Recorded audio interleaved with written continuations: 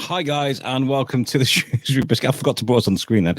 Welcome to the Shrewsbury Biscuit podcast. I'm Alex Whiteley. Thank you so much for tuning in to the show. I appreciate every single one of you for tuning in. You guys have been doing amazing over the last few weeks listening to my show, so I really do appreciate you all. Now, today I'm bringing. Okay, so before we get into this, right, I want the listeners and the viewers, if you're watching, creep. I want you to understand I don't do politics normally on my show. However, I've spoken to many politicians, and it's because I feel like it is important to embrace that side of society. But I like the Biscuit to be a positive place where people can come and listen. So if you're listening to this and you're thinking, oh, he's going to do politics, I'm not tuning in, I'm not listening to this crap, don't worry about it. We're not going to venture down there. It's going to keep it as positive as possible. However, I remember speaking to our mayor a few weeks ago, Elizabeth Roberts, amazing lady, and I wanted to talk about sort of I think I mentioned about young people stepping into politics and the next generation coming through. And then I've seen on Facebook over the last couple of weeks, this guy, our guest today, Alex Wagner, he's been in the press so much, and he's a Liberal Democrat councillor of Bowbrook, and he's just absolutely making waves. And as a young person, I thought, who better to speak to about young people in politics than Alex? So thank you for joining me. Oh, you all right? Yeah, thanks for having me on. Have you ever had two Alexes on the same show before? We have actually. So we recently had a spat of really amazing guests come on the Shrewsbury Biscuit. And a few weeks ago, we featured Alex McCarthy. Here she is, amazing life and business coach, and she's actually changed my life. It sounds daft. I spent an hour speaking to her on the Biscuit, and she's helped me just by a suggestion, and it was on the podcast too. She suggested just digitizing my calendar, get rid of all diaries, no paper, all Google calendars, get it all synced up to Outlook, and you can have tasks on there and stuff. And it's completely changed my life. Genuinely, productivity is. And that's thanks to her. Yeah, ditching the paper or the notes. I don't want to think about how much note paper I've sort of got through that doesn't end up transcribed anywhere. Well, do you know what? I'd like to think that I'm kind of up to date. You know, I keep up with all the new apps and technology and stuff. I do work hard with that. You've got to stay current, right? However, I've always taken this old-fashioned approach of taking notes. I have, you see all my suitcases, but there's nowhere to put them. There's just no way of fighting that. This is all stuff that goes with me when I go on my travels. With the Biscuit, and I do have another suitcase in the closet behind me full of notebooks, all my ideas, my brain, that's in there. Yeah, I agree. What is it about notes? I was just going to say I'm exactly the same though, because I grew up in Maysbrook and Kinnelly, which is, you know, very rural, and we had such bad phone signal and such bad broadband, you know, going all the way till we moved back into town when I was going to college, that I'm so used to the internet being unreliable. Yes. I'm so used to not having phone signal that I've never really trusted doing all notes there, which I do think probably I can't really justify now. I live in Bellevue. Oh right, you're in Bellevue. I lived in Bellevue for a while. Yeah, Trinity. I thought it would be really hard. I really did think it would be like really hard to switch it, because I have been aware of like digital cameras. I used to use Time Tree for a bit. In fact, for a while, we had a team for the Biscuit for a while. With a fair few members that were working with us, and with USUK, US, UK, and all the other teams I had around the world. So I'd throw everybody on Time Tree, and we'd all be synced up. But I'd forget to go and put stuff on there, and then I'd be like, "Yeah, I'm doing this thing at 4:00," and they'd be like, "Well, it wasn't on the calendar, Whiteley," and I'd be like, technology and stuff. So yeah, let's talk about it then. Are you Shropshire born and bred, or where'd you hail from? Oh, I'm not just Shropshire born and bred, but there's sort of, I think my great grandfather was the first one of us in Shropshire, Master Taylor of Clun. My granddad was doing a load of family history, and we found it really amusing that we ended up moving about 20 miles north over 350 years. All my family live in town. Actually, most of them live in Bellevue nowadays. But I grew up in really rural Shropshire. I grew up in sort of Maysbrook, Kinnelly, Llanymynech, right on the Welsh border, which I think gives you a slightly different perspective to growing up in Shrewsbury, possibly. You know, it's very, very close knit around there. It just goes to show how how much our communities sort of are intermittent, and I mean, I grew up in Wrexham, which is a little bit further over the border, but still not that far. And it's a stone's throw, really. Which goes to show when it comes to our cultures. And I mean, as an English kid growing up in Wales, it was tough. I'm not gonna sugarcoat it. I've been watching Welcome to Wrexham on Disney Plus. It's amazing, isn't it? I can't believe. Not only am I a huge Always Sunny in Philadelphia and Rob McElhenney fan, but he's moved into my own. I'm more excited about that than Ryan Reynolds, if I'm honest, because there's a close connection. You're talking to the right man. I love Always Sunny. Well, the question for you then, surely, is: are you a Wrexham or a Shrewsbury fan? I mean, that's Shrewsbury. Okay, so I like so seeing that documentary and seeing places where I grew up on screen and people as well that I know. It has been weird. I'd see a part of Wrexham come up and I'm like, ugh! Like you get that weird cringy nostalgia. Like I haven't seen that since I was a child. But like I couldn't go to the games. I was bullied because I was English. Genuinely, like they were like, here he is, Whiteley. I used to wind them up with my England shirt. I used to be like, all right, boys, and I'd like, yeah, and I'd get a chase through town. So I would play on it, but I couldn't go to Wrexham games. Couldn't go. Because I get there'd be violence, not in a bad way, but I'd just get chased, I guess. But one of the most embarrassing. It was a proud moment, but I was in the cadets for years, the Army cadets, and I got really high up. And there was the one weekend. It was for remembrance. It was around that time, and I had to do a parade in the middle of the field. I had to take on like 100 cadets onto the field. And then stop them, and then we had to do some drill and stuff. But there's the core drums behind us and stuff, and I could just feel them burning into my soul as I was stood in the middle of the field. It's amazing. But what about you? You like your Shrewsbury football? I really do, yeah. So I don't have a season ticket, and I haven't had one for the last couple of seasons because Saturdays are quite a precious commodity if you do this sort of volunteer-led, resident-led line of work. But I've had a season ticket probably. Most of the time I could have been going to the games. And I know, so where I live now backs onto the Prince of Wales, which great football pub, and does a coach to the matches. So if I can finish up on working on Saturdays by about 2:00, I can usually get to the home games. So I got to see us get dismally beaten by Charlton the other week. I was there. Yeah. But no, I always follow the town. And, for me, it's a bit about the ritual of it, though. Like, I guess because I don't go to all the games, I do care if we win or lose, but it won't ruin my day anymore, which it probably would have a few years ago. Yeah. So I just like it's all about the experience there. They make such a good positive vibe at the stadium that when you go there, you can't help but think, "Oh man, I've had a great time." I'll go with my wife and my little one. In fact, I went. It's here.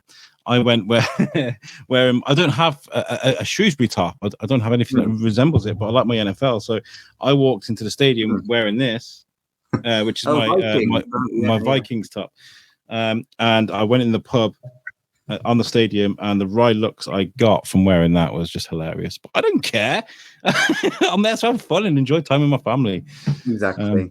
I really like that Shrewsbury is one of those places where you get loads of away fans coming up and sitting in the same pub as you. Like, I know Prince Wales, Coach and Horses, loads of places are quite proud that, like, I've definitely been in places where there have been more Portsmouth fans because they've done a bus up and all agreed on a pub than Shrewsbury fans. I really like that we're the sort of place where you can do that because I've definitely been at away games. I think Port Vale comes to mind, actually, where you've been chaperoned into the one away fans pub. Which is always a bit of a bad sign. All right, boys. It's we all appreciate the difficulties that comes into things like that. But yeah, they have the fan zone area at the stadium, which I love. I mean, the first time I ever introduced it to that was to cover what the 90s revival were doing there. They had the Capella there, and we went and took some cameras. And we recorded it. It was really good. I think that vlog, which is on YouTube, by the way, please check it out. It's a testament to how well the club is run. I think it's just a nice vibe. And I miss Bellevue so much. I used to live on Bestford Square, which is just down the road. Oh right, yeah, just down the road, yeah. Yeah, and I used to love the connection. Just walk into town, go find a coffee shop to dive into and do some editing, or go and do a recording somewhere. But now I live in Sutton Grange, which is a bit out of the way, so now I have to go find parking. But being a resident of Bellevue, I know where the parking spots are, which is handy. Yeah, vital local knowledge that in Bellevue. So you when I think the most important question to ask here is when did politics grab you? When did you realize you wanted to be sort of a politician? Well, I think the funny thing about that is I don't think I really realized I wanted to be a politician until I was one. You know, like it sort of hits you over the head and someone says, "Oh, you're a politician, aren't you?" And you go, "Oh yeah, I am, aren't I?" I joined the Lib Dems when I was quite young. I was still at school, so because we grew up between Shrewsbury and Oswestry, really. So I went to the marches in Oswestry, and I joined in my final year there because I think we'd had the mock elections around then, and it was a bit of a topic of discussion. At home, my parents have always been quite political. They've never been members of any party, really, I don't think, or been active. But it's always kind of, we're one of the houses where the radio's on and the news is rolling. So I signed up, and in the time-honoured tradition for Liberal Democrats, got involved in doing a few bits of leafleting, kind of doing the newsletter for councillors. Then we moved back into town when I was going to college, and it was actually David Vasmer, who's the councillor for Underdale and Monkmore, who got in touch, I think knocked on the door and said, "Would you like to come out, knock some doors, do the newsletter with me, do some of the litter picks and stuff around?" And what I've learned since is obviously as a councillor, you ask 10 people that, and 1 or 2 say yes. But for me, it was kind of really a question because, it was someone doing stuff in the area, trying to make it a better place to live. I, clearly had sympathy with, the worldview of the Lib Dems. And I kind of didn't really look back from there. I think once you get into it, you knock doors, you talk to people, you feedback on what you're doing, you take up their issues. In an odd way, it's actually quite addictive. Like it's a bit of a feedback loop because once you've done it for someone, they tell their neighbour. If you need something sorted, you go to Alex, and then you never really hear the end of it. But that's the enjoyable bit of it, actually. I bet you're prepared for anything, really, because anything could happen when somebody opens that door. They could take F off, or they could be like really like shy or not onto the door or be rude, or they could be engaging, or they could, anything can happen when people answer those doors. Has it really helped you sort of, I guess, improvise your way through some difficult or even in good situations? Oh yeah, I mean everyone's got a door knocking story if you're involved in local politics. I mean, I think I'm quite lucky. I've never been bitten by a dog. I've never had anyone come to the door naked, which oddly quite a lot of people I speak to seem to have had. It's always fundamentally interesting, though, and I guess you also forget when I take a bit of pride in doing it, every week, because I think you've got to listen to people, take up their concerns. If you're not doing that, you're not doing your job. I see what I do as work, not as, you have to be quite disciplined with yourself. Yeah. But yeah, I think it makes you better with people doing it. Yeah, I get that. I mean, I guess the only way I can relate is with the podcast and the interview. I get the Vox Pop stuff, getting interviews with people on the side of the street. I hate that. Even today, I kind of struggle with that sometimes. I have to be in the zone, but I think I definitely deal with it better than what I used to. Especially if I'm at an event. And we went on the Sabrina boat. Me and Alex did, Alexander Westwood, and we recorded a vlog, and we got some interviews on the boat with some of the staff and stuff, and we narrated a little bit. And then the skipper was like, maybe you want to get some Vox Pops, and I was kind of like, and I watched people sort of get filed in, sit down, order their drinks, and then go and enjoy the tour. And then they kind of just really want to get up. And I was like, I can't stop these people in their tracks, man. They're enjoying their evening, so I didn't do it. But yeah, the more I've done it, the better it is. It's like weight training.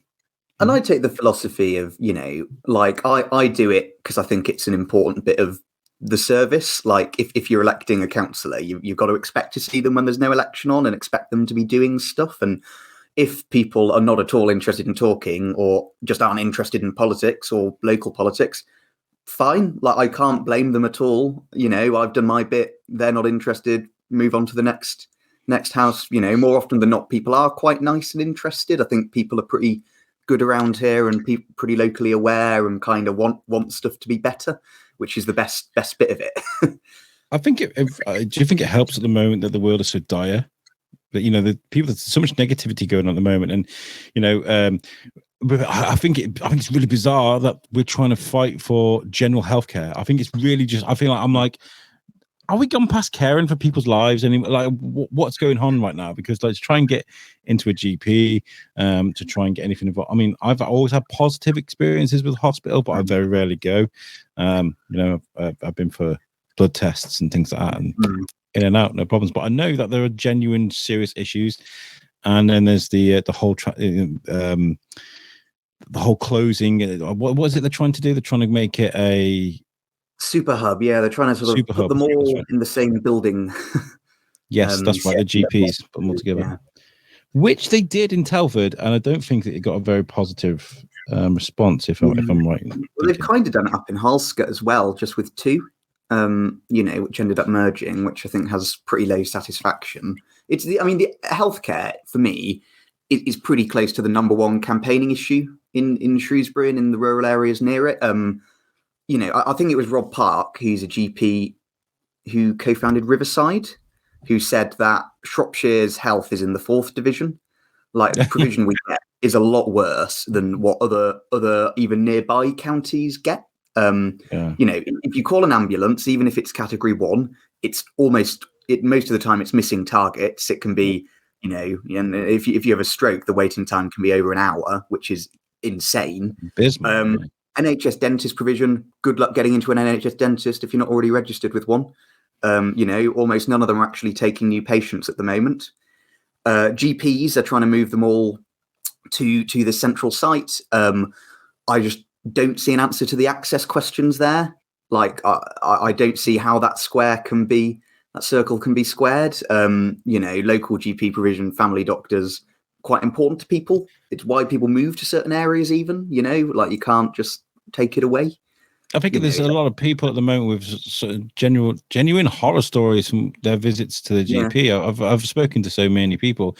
One of my colleagues was like, she said she was sitting in a GP and she saw this old fellow walk in, struggled to walk, got to reception, and he was like, I need an appointment. And she was like, you need to ring. And he was like, well, I'm here. She goes, no, you need to ring in. And she refused to give him an appointment, any emergency appointments they had. And she made him walk out and go and ring. And he just walked off. And I was just like, hearing this story, I'm thinking, I could see it. I could definitely see it. There are serious issues. Like I represent a lot of the staff because my patch covers the hospital. Like they work so hard, they don't get paid anywhere near enough most of the time. You've got like absolutely incredible people in this town doing incredible stuff. Like, I was chatting last night to someone who's an NHS doctor at A&E at the hospital. Like the work he does, it's mind blowing. The amount of lives he's involved in saving, the amount of the positive impact that people like that have on our town. But if you don't treat them well, and if we've got this system where you don't pay them properly, the training's pretty grueling, you're not sort of giving people a reason to do it, you are going to have a staff shortage, and you are going to have these issues. And I really admire, every time I speak to someone or run into someone in a bar who works those jobs, I sort of feel obliged to thank them or buy them a pint because I couldn't do it. I really couldn't. No, it's incredible. Again, there's an issue. The cutbacks. Like you said, you work with a skeleton crew that are working ridiculous hours, and not just that, but the job is intense. Like intense. It's not like, whether it's a GP trying to make sure that someone doesn't die from taking the wrong medication, or whether it's serious problems they've had to deal with it in an emergency sense, or even like the nurses in A&E. Everything that is being run by the NHS right now is on a skeleton crew, and I just absolutely commendable to anybody that's in that situation. because it needs saving. And we're talking about knocking on doors and going and speaking to people. I guess if you could start with a conversation with, I want to save the hospital, I want to save GPs, that can only start off a positive conversation with anybody. If someone speaks to you and says that to you, and you go, "Oh, no, you're not," like, "Oh, you have a negative response," I don't believe you. I don't believe you. Well, and you often get, I've knocked on doors before and someone's looked a bit sheepish and gone, "I'm awfully sorry, I don't vote Liberal." And I'll say to them, "Well, you couldn't vote for me if you tried. There's no election on. We're just doing this because, for better or worse, I represent this area and want to hear what you've got to say. And if you've got anything you want to bring up." But what were you just saying actually reminds me. I was chatting to someone earlier in the week who's just left working as an ambulance driver. And I sort of said, I knew he'd been looking around for jobs, and said, "Why have you done that?" And he said, "Well, he can get better money stacking shelves in Asda for much less grueling work than driving ambulances during an ambulance crisis where we need that service to be tip top." I mean, but I think most people know both of those things. It's actually on the government and on regional NHS to sort of fix it and propose solutions and pump a bit of money in. I don't think they're going to do that in the short term under the current government, but we won't do the whole political spiel on this one. Yeah, it's like I said, it's hard to not get political when we're speaking about politics. But no, I agree with you. We can talk about that because I think as a human being with a soul, it's really hard when you hear about stories about an old deer falling over, breaking a hip and having to wait like 6 hours for an ambulance or something stupid like that. When you hear those stories, it kind of hurts you in the feels. Like it gets to you, and you think, what is going so wrong when somebody has to wait 6 hours for an ambulance? That's something that's life threatening. Like that's just, it really gets to me. And if there's nothing being done to sort of rectify that, then there is seriously an issue. So hopefully somewhere we're going to get this help. Yeah, it is upsetting though. You're right. You get upsetting stories in the inbox, but actually, what I think is most interesting is you meet people who've had these horrible experiences, and a lot of the time they're not telling you anger. They're not getting in touch with me because they want, they want to take revenge or whatever. They get in touch because they don't want it to happen to someone else. They've been through it. They don't want anyone else in town to have to face what they've faced, and I think that's a wonderfully telling attitude about what people around here are like. They're good, I think. Of course, one of the things I wanted to speak to you about is being so young in the game. I think from what I've recalled over my years of with eyes, like 20 is a very young age to be a politician, and you're bringing a bit of youth to the table. Do you think it helps that you've got like a younger outlook on things? I think that this is a very Lib Dem attitude, but you want the balanced perspective at a council chamber or in Parliament or wherever. I'm the only councillor, I think, under 30 of 74 in Shropshire. I don't know what the maths is, but there's a much higher proportion of people under 30 in Shropshire than councillors. To some extent, it's always going to be like that. And there's other battles to fight. The council chamber's massively majority men. Local, all parties can do work on that. But I do think actually being young gives you a slightly different perspective. I think, there's fantastic councils on all sides, but I feel like a lot of the job is pretty grueling and you have to do a lot of footwork. And I feel like I've got a bit of energy to do that. I'd rather I thought of when I was asked to stand, I thought, well, I'd rather do it now and see what it's like and decide if this is for me and, serve people and get out of it by the time I want to settle down.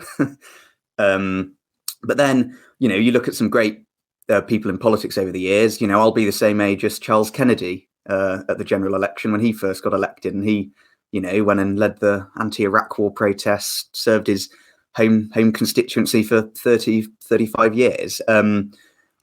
I think it would be a fundamentally good thing if there were more young people involved in politics in places like Shropshire.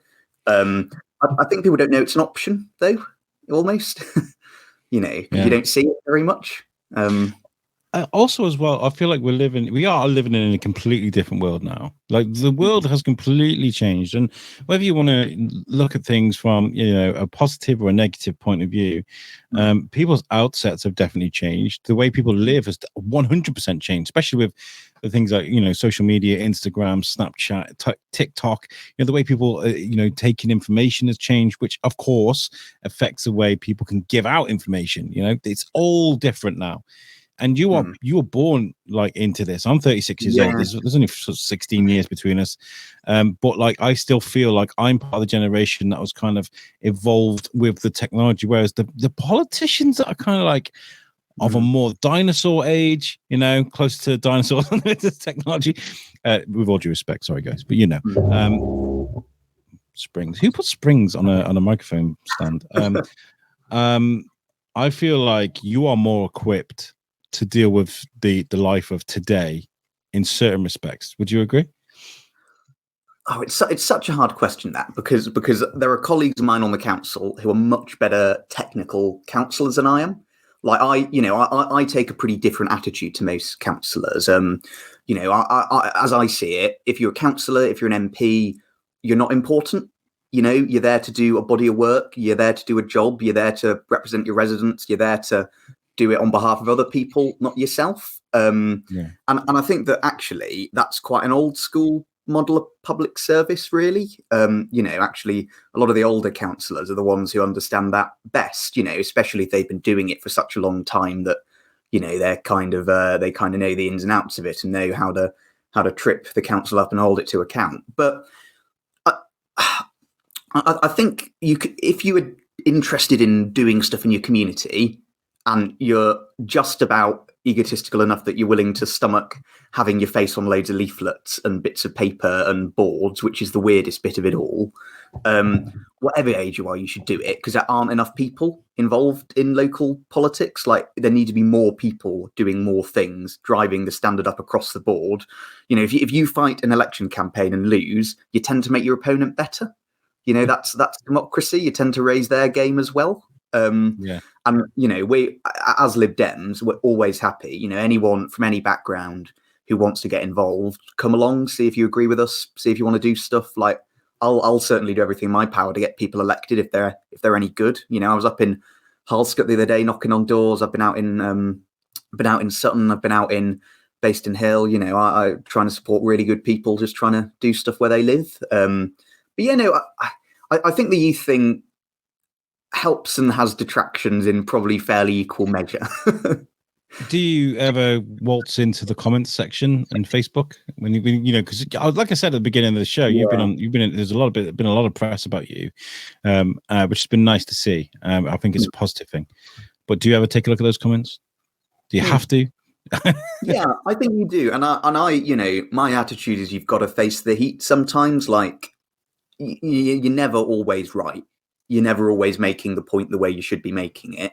Often, I do actually buy into a bit of a wisdom of crowds, because like Shropshire is one of these places where you often get a message like, where something seems totally absurd in the way it's run, and someone messages you like, oh, I remember when this decision was taken in 1987 and there's a reason they did it, and it's this, and due to the water level. And so I do. And of course you get a bit of stick, but people of every age get a bit of stick in politics. Like, you can claim I'm young and inexperienced, just as you can claim someone's boring and middle-aged, just as you can claim someone's past it. I think most people don't think like that, and I don't think I would have won election in quite a safe conservative area if people did think like that, because it just wouldn't have been able to happen.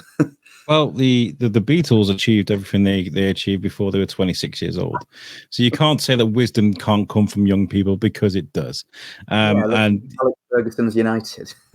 Yeah, exactly. Greta Thunberg. These are there's what's his name? The guy who's cleaning up all the oceans. God.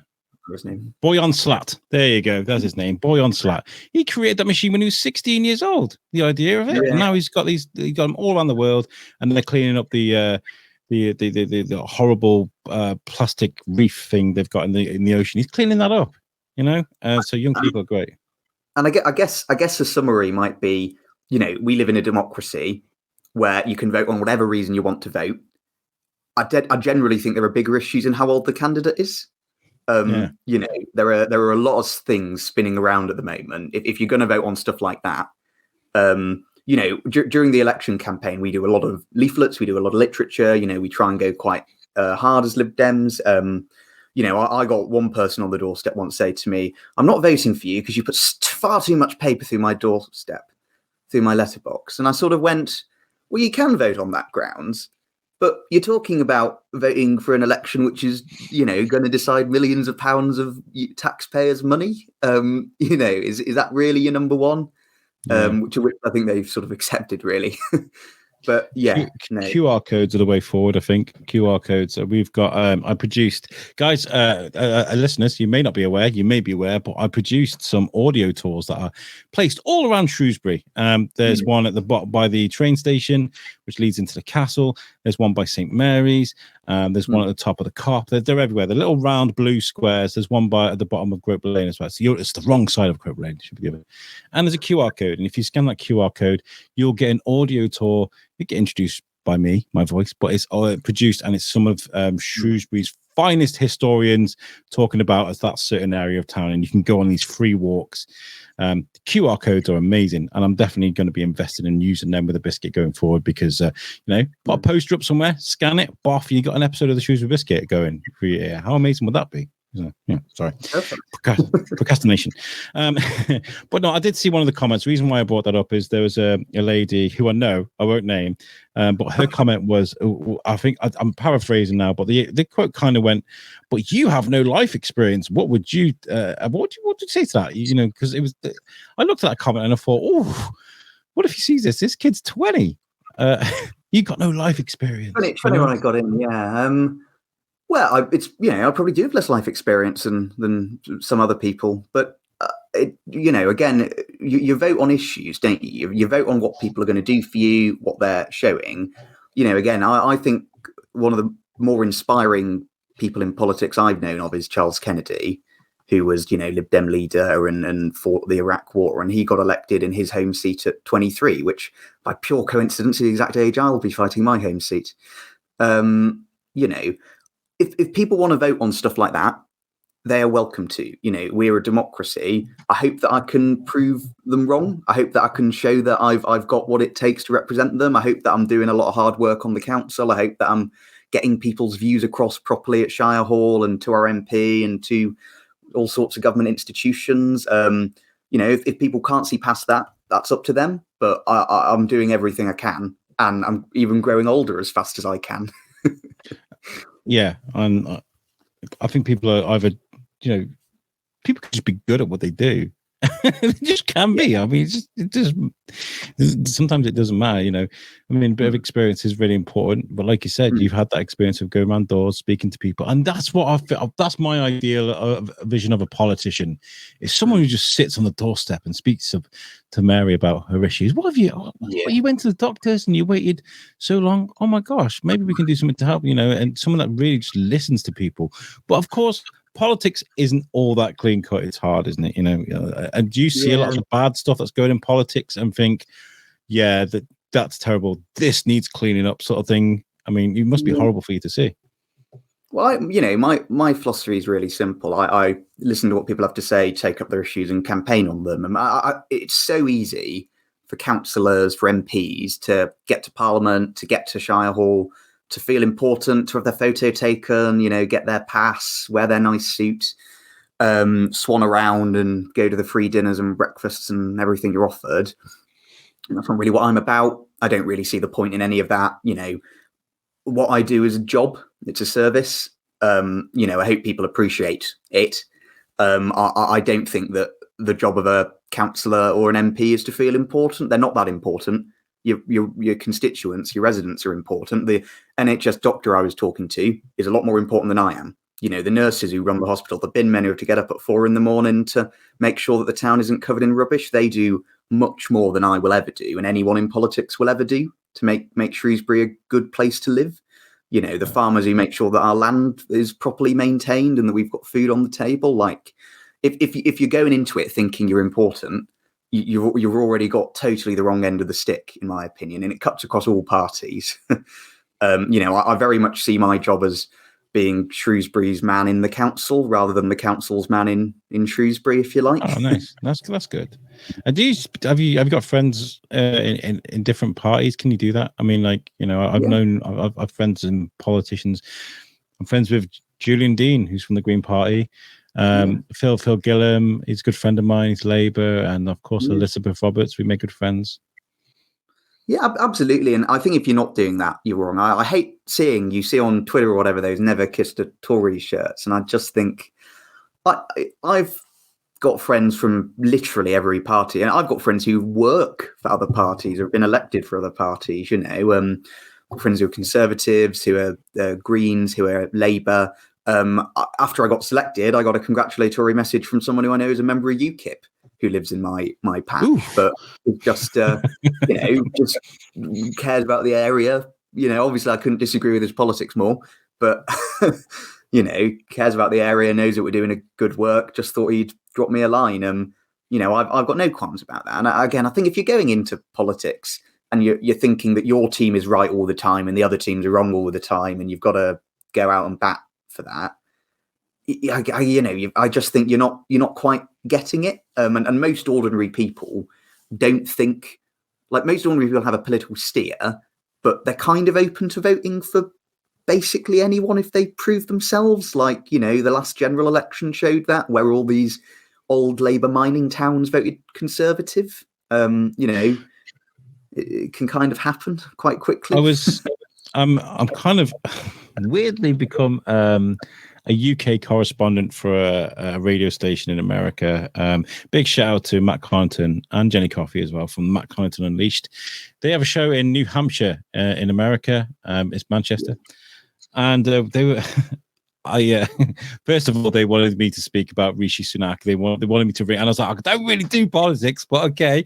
So I rang up and we did this thing, and surprisingly, I knew more about it than I'd sort of let on. I was kind of like, okay, maybe I can get into a bit deeper. But no, one of the things I want to talk about is they were talking about, obviously, they're talking about elections and stuff in America at the moment, and Trump and Biden and what's going on over there, and he said something very interesting, and I think it's true. He said that there's a lot of people in America, maybe in the UK, especially like deep in Shropshire, that don't even look at the policies.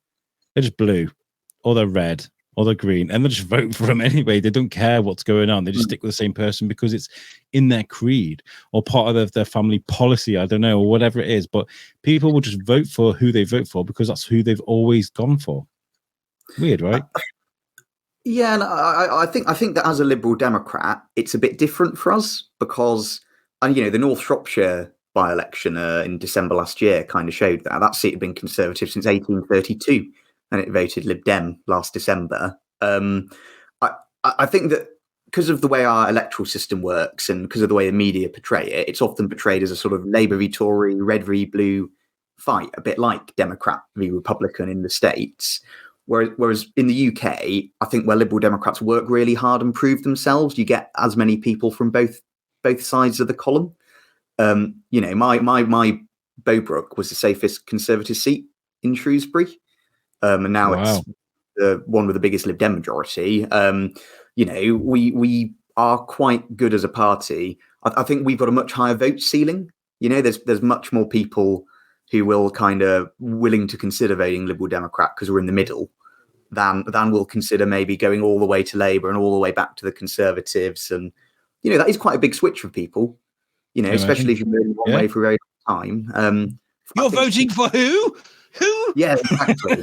Well, you know what? You asked me about knocking on doors earlier. And I remember I was once knocking on doors and a guy said to me, I was like, if you don't mind me asking, how are you voting? And he said, oh, I vote Conservative. And there was this sort of call from the top of the staircase from clearly his partner, which was like, what? I didn't know you were a Tory. Just clearly never spoken about it.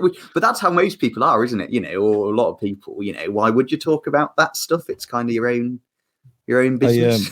I remember, this is going to sound really crude, but I was like 21, 22. I was in Wetherspoons, and I went with my at the time girlfriend, and this is gonna sound my friend was chatting to these two girls, and something was possibly going to happen, right? And he was like, "Oh my god, this is the best night of my life!" And it was again, it sounds really crude. And my friend, my girlfriend at the time she's very politically charged and gets really excited when she talks about politics. And her and one of these girls that was with my friend, read between the lines, guys. You know what's going to happen here. Anyway, they started arguing about politics, not arguing, sort of, they were embraced in this debate, and it got really heated, but more excited than anything. And the one girl was like, "I've had enough of this," and she stormed out. And then the other friend was like, "I've got to go with her. She's my friend. She's my ride home." And my friend was like, "What have you done? What have you done to my evening?" Politics ruined this thing that was going to happen. And yes, I just remember that. That's how. I'm sorry, that was complete procrastination, but no, yeah. Okay, so one of the things I spoke to you before, I can't believe I just said that on the Shrewsbury Biscuit. But one of the things I spoke to you about is I always find it hilarious when people are on live TV or they're doing and they're trying to have a conversation with a politician and they're trying to get answers out of him. I think Boris is always, he was like the master at this. He just always bounced around the answer of the question. Is that something you guys have to learn to do? Is it something that you've been coached with, or is it just something you have to naturally pick up as a politician? I think it's so. There are definitely times where you're asked something, and you can't promise it because you don't know if you can make it happen. I think there's almost an assumption you've got more power than you have. Yeah. But you want to get it sorted if you can. And I think that, I think it's different for governments where they're often just dodging, talking about a rubbish policy that they shouldn't be enacting. But I think whenever that's happened to me, and you can't quite, I don't want to promise someone something I can't do, but I do want to get across to them that I want to do it. I think you can get a bit of that, but I'm pretty rubbish at it. I think I was saying to you, Ethan. Yeah. Well, what I've done is I've like these are completely hypothetical. I want to test you. Do a bit of improv, right? I've got a couple of topics, right? I'm going to press onto you, and you're not allowed to give me a definitive answer. You've got to try and bounce around it. Okay? You got to try and it's a bit like the yes and no game. Okay. And these are completely hypothetical situations, guys. No yeses, no nos. No. Just like I want to try and get an answer out of you. Don't give me an answer. Just try and fan it away. Right? Okay. Okay. The first one is so we saw a tweet that you tweeted a few days ago saying that you hated Porgs, but you love Baby Yoda. Does that not make you a bit of a hypocrite when it comes to Star Wars and the merchandise they make? I mean, who couldn't love Baby Yoda? I mean, we all remember seeing that on our Twitter feeds a few. But surely, I'm going to do it in the style of as they do it on the TV. But surely, if you like Baby Yoda and you're complaining that Porgs are just a way of Disney making money, are they not the same thing? How can you like Baby Yoda? I've always been absolutely clear about my support for Baby Yoda. Yes, but you have one, a complete disdain for one thing and one love for another. Surely you should like Porgs as much as you like Baby Yoda. That's what I'm saying. I need to say Yoda. I've always been absolutely clear. I've always, made my views abundantly clear on the issue. I don't see. What is it about Porgs? What is it about Porgs? Are you anti-Porg? Is that what you're trying to say? No, Baby Yoda's got some very sort of distinct benefits and positives. I think that's really what we're trying to focus on here. That's kind of our issue. That's what we're taking up. If Baby Yoda, Grogu, and a group of Porgs were in a boxing fight, who would you want to win? Tell me, who would you want to win? I mean, I don't do hypotheticals. That was brilliant. I love that. Sorry. Though, yeah, maybe I'm not cut out for this, Alex. Maybe this isn't the line. You did really well. You did really well. You stood your ground. I was like, are you anti-Porg? Are you anti-Porg? Because yes, not anti-Porg. I do like Porgs. They're quite cool. I didn't understand the hate at the time. I was kind of like, well, they're fine. And then you see Chewbacca with what looked like a roasted porg above the fire, and you're like, oh, yeah, I remember seeing this at the time. Yeah. Chewbacca loves porgs. I won't do the other one. Because I feel like I was kind of really like. That was good though. You could go into that line of work better than I could stay in this line of work. I think there's a future for you on sort of BBC politics. I like to improvise with things like that, but I don't think I could do I've spoken to I've spoken to politicians, and I've spoken to people from the press, and I've spoken to people. I won't mention names, but the podcasters out there. I've spoken to Carl Jones. I know you won't mind me mentioning him, because he told. I remember we had this really cool conversation where he was like, I have morals. I have morals, and I couldn't do what they wanted me to do. Yeah. So I wanted to make. I can't. When certain tabloids come up with half an idea and they turn it into the big story, and they go after people, and when people get brought, I get the reasons why. There's sometimes you need an answer out of a politician, you need to have that sniper instinct, but I just can't do that.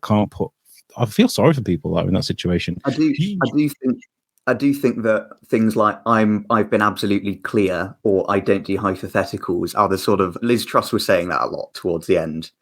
It's like, if you have to say I've been absolutely clear, generally you haven't been absolutely clear is probably quite a good rule of thumb. You done messed up, boy.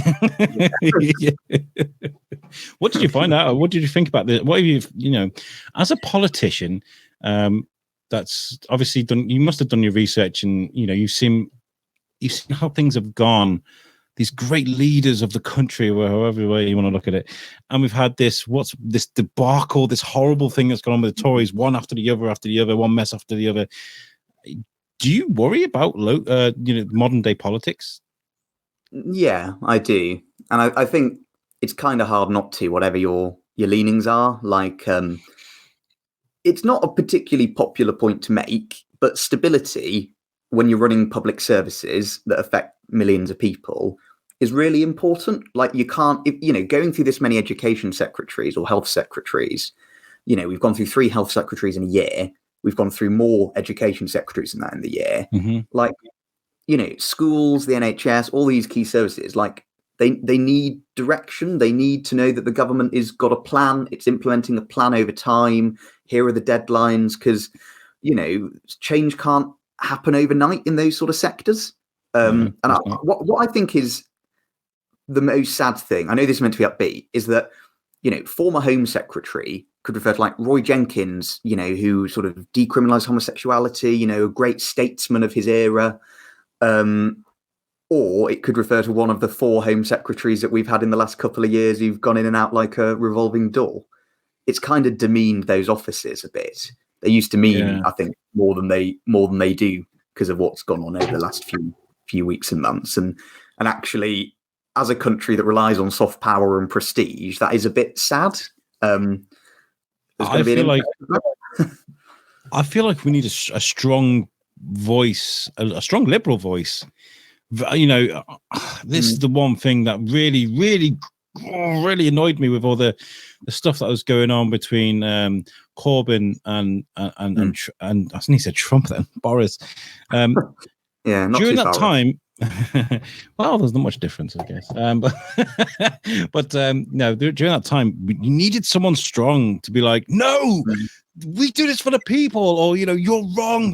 Let's go, people! Ah, a war cry. We needed someone that could bang that drum. Instead, we had, I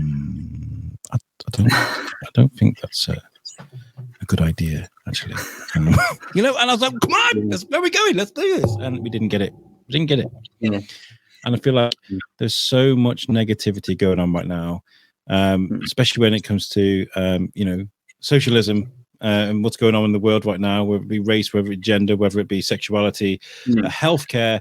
There's so many things going on at the moment that need a good positive push. Now is the right time for someone to step in and be like, right, boys, let's go. Let's change the world.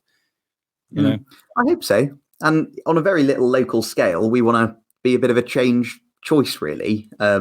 Shrewsbury's an independently minded place. We do things a bit differently here to most. People are a lot more locally proud. We're exactly the sort of place that, could do with having a Lib Dem MP, or having a more independently minded one that isn't just going to take the national whip. I mean, our current Member of Parliament is the Prime Minister's trade envoy to Mongolia, which speaks to his priorities, I think, better than I'll ever be able to sort of articulate. I'm on the ban list for our MP. He banned me. Quite a long list, I gather. Yeah. He said I was quite open about it, and again, I'm trying not to get political. And if if you listen to the show and you're a fan of our MP, please don't not listen to the show anymore. We all have our own opinions and we can live together. But he said something that I really didn't agree with. And I think everybody knows what I'm alluding to. I don't want to go into it, but I sort of like answered him back on Twitter. I was like, no, you can't say that. That's terrible. Don't do that. Don't do that. And I ended up banned, blocked on Twitter. It would be nice to have someone that comes out and meets people and you can write to. And I always remember, oh gosh, what was the name of the MP in Wrexham when I was living there at the time? I wrote to my MP in Wrexham and he wrote back and he helped me out. Done. You know, and I was just like, oh wow, you know, those were the days when you could do that. Do you get a lot of people writing to you with issues? Yeah, and I think email has probably changed it a lot. The fact that I think MPs 20 years ago, councillors 20 years ago you'd have had to send them a letter, whereas now, you know, you can send me an email and it's publicly available. Yeah. Actually, my mobile number, you can ring this phone on rather a lot of bits of paper that get put out around Shrewsbury and Atcham. Absolutely. I will try and get back to people if they've got issues that they want to talk about, because I think that's the job. You know, I really hope that win or lose, we can make sure that the next election is a lot more locally focused, and we can make sure that all the other parties up their game. Because I think people are pretty tired of not having that first class service and having really bad public services actually compared to most places. And hopefully, at the very least, I can make sure that it's a bit of a catalyst for improving the way that everyone does democracy in Shropshire. You're going to be put up for the whole of Shrewsbury, right? You want to go for being the MP of Shrewsbury? Absolutely, and our lovely surrounding rural areas goes all the way out to the Welsh border. At your, I keep saying at your age, and again, I'm not that old. I'm not that young either. I'm kind of just like in the middle there. Do you feel that's super ambitious, or do you relish it? Do you feel like you're ready? I think it is ambitious, and especially doing as a Liberal Democrat is ambitious. But actually, the sort of MPs you want to know who they are, you want to know their values, you want to know that they care about the community. I hope that I can get that across to people, because I do. The other parties cannot speak freely in the way that the Liberal Democrats can, because there's national whips. You're voting for a prime minister, you're voting for a government, you're voting for someone to be part of that existing establishment. I kind of want to take that on and be incredibly locally focused and incredibly constituency focused, because I think that's what people here need and deserve. And we have not had a great run of members of parliament in this constituency over the years. We need people who are willing to sort of take on local issues head on, face the heat. I won't be blocking you on Twitter. It's probably a decent place to start as well. I don't think there'll be many people on Twitter left after Musk has finished with it, if I'm honest. And I often think of Charles Kennedy, who, you know, is one of these people who you still get brought up on the doorstep as someone who inspired an awful lot of people. And he fought his home town seat up in Scotland, the same age I'll be. So if I can follow in footsteps even close to that, in terms of public service, I'll feel like it's sort of been a life well spent, I hope. I was going to ask you who sort of inspires you, who drives you, but it seems like Kennedy is like up there. Is there anybody else that you look at and is like a mentor to you? Or even if it's a celebrity, an actor, a musician, whatever it is there somebody that inspires you? Oh, I don't know, because I feel like the thing that really gets me out of bed in the morning and has me doing this is the fact that you're dealing with people. You're dealing with an awful lot of people who do incredible things totally thanklessly. Like the amount of visits I've been on, the amount of doors I've knocked on where someone's like, oh yeah, I maintain the community hall in this area and I just do it all. And it's through my, you know, if you want a bucket, you have to come to my house and pick up the key. Or people who are like, oh yeah, I set up the veteran support group in Shrewsbury and now we have a breakfast with 100 people. Or people who are like, the council won't make our area look nice, so I just go out every 6 months and cut back everything here. Or I maintain the canal network. Or the people you meet on a daily basis who are just doing remarkable stuff to make this a better place to live without asking to be thanked by anyone, it is incredible. And that's what makes it really worth it, because you meet a lot of those people and you kind of realize without a few of those people doing great stuff, this would be a worse place to live. I'd say, I know that's a really politicky answer, but that is the truth of it. I think that's what I enjoy the most. You got a lot of positivity, my friend, and I like that. I feel like we've been beaten on for so long. I feel like people are downtrodden. And I've got to mention as well, when I was going on my rant about what people need, I mentioned socialism. I meant civil rights. I just threw a word in there, and we're not fighting for socialism, I guess, in a way. But no, that's not what I meant. I feel like I made an idiot of myself. Civil rights are important, but no, I feel like we've been beaten on for so long, and there's been so much negativity that there are so many. I'm friends with politicians, I'm friends with people in important places, and I think one of the most common things people are saying is we can't do this anymore. We need to change. It's just too much. When you think of children that are born within the last sort of 15 years, it's been trauma after trauma after trauma, negative stuff. Again, civil rights problems. There are people being born into situations. Apparently, I mentioned Muskie. Since he took over Twitter, there's been a 200% increase of the N-word being used on Twitter since he's taken over, and that's just because people want to be that horrible. I feel like we need to make a change before it's too late. I really do. Absolutely. Touch wood. Yes, absolutely. Oh, I'm getting on a rant. I say, I never get political on the Shrewsbury Biscuit, and here I go on my rant. 58 minutes later. Yes, yeah, absolutely. Alex, I've really enjoyed chatting to you. We should absolutely do this again. I mean, the Shrewsbury Biscuit is out and about in places. If I see you, if you see me, come and say hello. Absolutely will do. And make sure you come on the Biscuit again. I've got to say, I spoke to the mayor last night. I want to come to. I want to get involved more with either Shropshire or Shrewsbury Council. I want to get involved with not the movings and shakings, but more promoting. This show is designed to promote Shrewsbury in a positive way. So if there's any way that the Shrewsbury Biscuit can move in sort of tight circles with the council and sort of work out what's going on and where we can be and how we can help, then I'm down for that. So I think it's going to be brought up at the next council meeting. So awesome. Yeah, I look forward to it. How can people follow you on your journey and even get in touch with you if they need to? So my Facebook is Counsellor Alex Wagner, predictably. I'm on Twitter as much the same. You can email me at alex.wagner@shrewslibdems.org. Anything you want to raise, any issues, anything you'd like to see me doing as much as anything, because I ultimately work for all the people I represent, not for myself. Just let me know. I try and get back to everyone as soon as possible and try and get stuff moving where we can. Wonderful. It's been great chatting to you. I've got a couple of things to mention before we get out of here, guys. You see my threads, what I'm wearing today. I'm wearing Lifelines.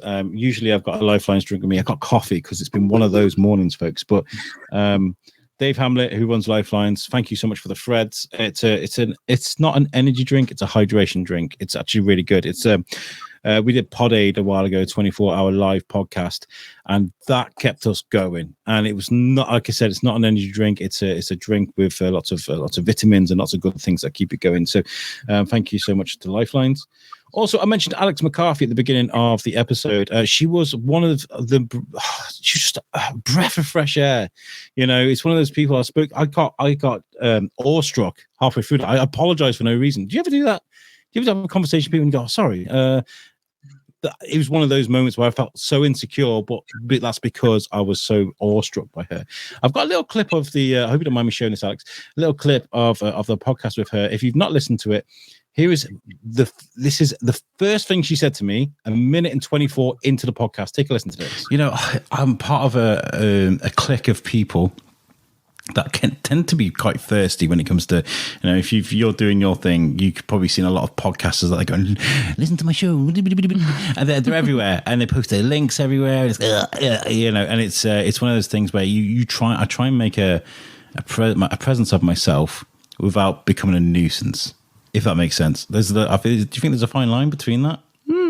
That's an interesting question. As someone who is fascinated with mindset and that fine line between am I being too much versus I need to talk about what I do so people know who I am. I think that there's no such thing as being too much, because when you're talking to your people, they need to and want to know what you have to say. And I've slowly learned that it's okay to not be everybody's cup of tea.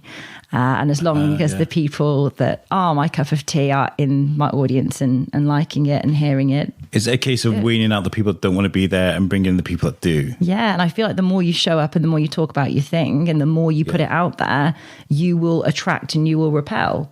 And when I say repel, it's simply we're not built to be here to serve absolutely everybody. Amazing. Absolute pool of knowledge that lady is. So I'll give that a listen. It's really good. It's really good. Also, I want to say genuinely from the heart, massive thank you to our listeners. Our listener base stands at upwards of 300%. We're up by 300% in our listener rate. It's an amazing thing to happen as someone that's been doing this for 4 years, over 400 episodes. We've been doing all right. I'm very happy with the numbers, but something's happened, something's clicked, and I want to say thank you to every single one of you. If you listen to my show, if you share it, if you help me support it, promote it, I love you very much, and we're going to be doing something very special with it all very soon. Well, Alex, I'll let you go. It's been an amazing chatting to you. Have you got any final comments before we get out of here? No, thanks very much. I really enjoyed that. First podcast I think I've ever done as well. So there you go. We get a lot of good positive comments and how relaxed it is. It's when you do some podcasts, it's kind of like, what is your favorite color? It's not how we do things here. It's all very relaxed. Right, guys, thank you so much for listening. Stick around, Alex. I'll say goodbye to you backstage when the outro is done. But thank you so much for tuning in, guys. We really do appreciate you, and we'll catch you on the next show. Peace out.